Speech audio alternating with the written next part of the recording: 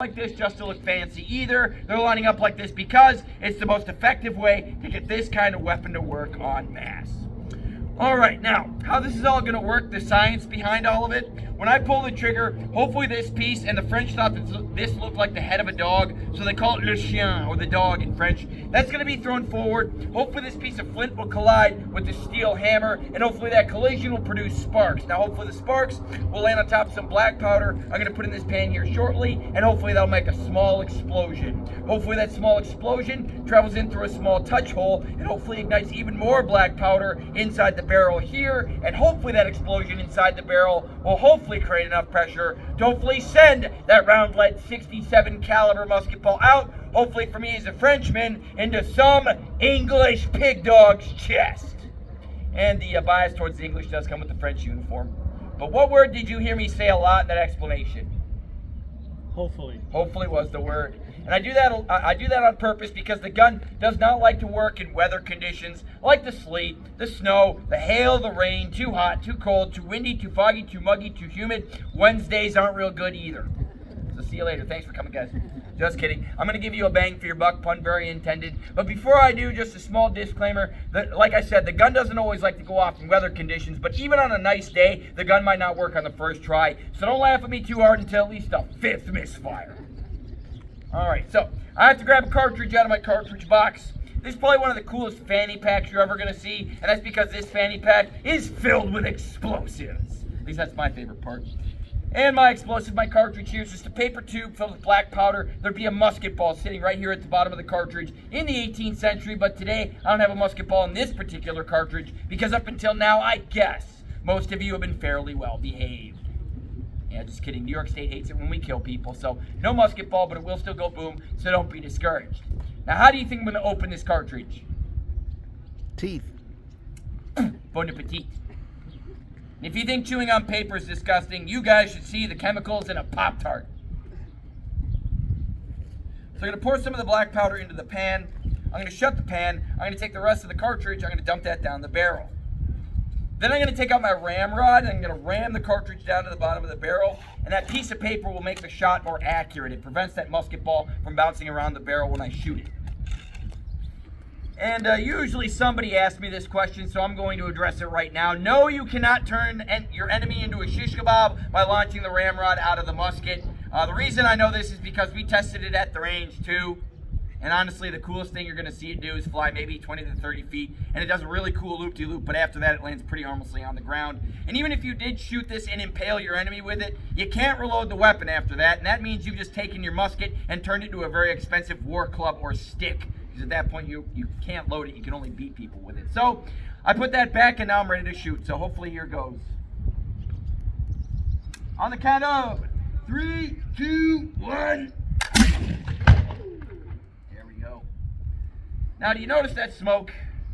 You might smell that smell in a few seconds here, but I want you to notice that smoke for a reason, because that's one musket shooting one time. The battlefield's going to be hundreds, if not thousands, of guys shooting these multiple times. Plus, you got cannons going off. That means the battlefield back then gets really smoky to the point where it's going to be hard to see. So if you guys were there on that smoky, hard-to-see 18th century battlefield, who's going to be more dangerous to you?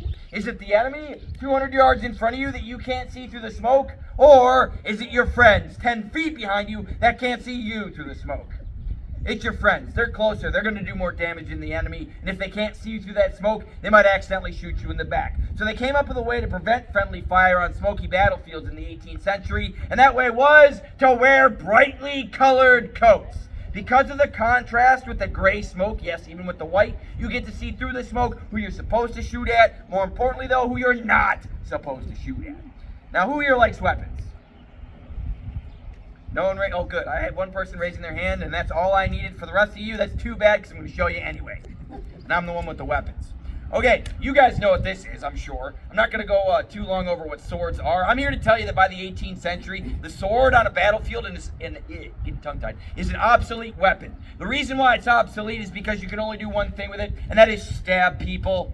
And I understand that might be an appealing activity for some of you, but the problem is, the people you're going to stab with this sword on that 18th century battlefield, what do they also have? They've got muskets, guns, cannons. They've got shooty things too. So by the time you get into range to actually use your sword for its intended purpose of stabbing, what kind of cheese are you going to quickly turn into? Swiss. I also accept shredded or smoked.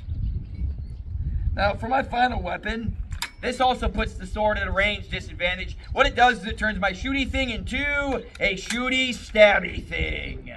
This is the triangular socket bayonet, and I do call it a shooty stabby thing on purpose because you can still shoot the gun while this is fixed to it. Now this is called the triangular socket bayonet, and they are making them triangular or three-sided on purpose. The reason they're making them triangular is actually due to steel quality. Steel quality in the 18th century isn't as good as it is today, so they had to pick a shape that was less likely to bend or break in combat, a shape with structural integrity, and that is why these are triangular. But the side bonus is the fact that yes, you will give people triangular wounds with this thing. Again, that's not why they made them triangular, it's more of a side bonus. Now, triangular wounds, even today in the 21st century, are still difficult to seal according to modern medical professionals. Let alone in the 18th century, you're just going to bleed out. And if you don't bleed out from the shape of the wound, does this blade look overly clean to anyone here?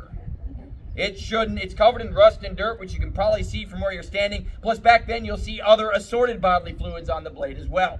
Which is why, when it comes to bayonet charges, I know you see it in the movies where there's some commander, some captain, let's say, and he's got like a whole line of guys with bayonets fixed and all ready to go, and he says, charge, and everybody just starts sprinting heroically at the enemy. You should know by now if they're doing it in a movie, it's a terrible idea in real life. Because if I were that captain, that commander, and I had a whole line of guys, and I said charge, and they all sprinted at the enemy like they did in the movies, I have just turned my nice organized line I can control and communicate with into a chaotic, disorganized mob I no longer have any control over and would be easy for the enemy to deal with. I'm not going to blame any movies specifically for this fallacy. The Patriot. But it's not going to happen. Instead, what they would do is they're not going to start running at you. They're going to start off by keeping their line and walking at you like this. Not to mention, they're going to wait until your morale is low and until they outnumber you, and then walking at you like this with a wall of 6-foot triangular pikes covered in rust, dirt, and other assorted bodily fluids. What would you do? I'm hearing nothing but the right answer. Good. Run away was the right answer. Other than that, if you didn't say run away, you would have ended up as a prisoner or triangular Swiss cheese. But if you run away, you get to live to fight another day. And to sweeten the deal further is, as an infantryman, if you guys were my enemy and you ran from me, I probably wouldn't chase after you because you've just left the field. I've taken it. I've won the day. My job is done. I don't have to pursue you any further. And more importantly, I don't want to overextend my line. But speaking about pursuit and running after things, do you see these 2 wool coats I'm wearing? Yeah, 100% wool, 12 pounds of it. So do I want to run after anything? No, I don't. It was a very rhetorical question. I'm going to say right now that most of these military actions are taking place in like May, June, July, August, and during those months, this uniform really seals in the flavor.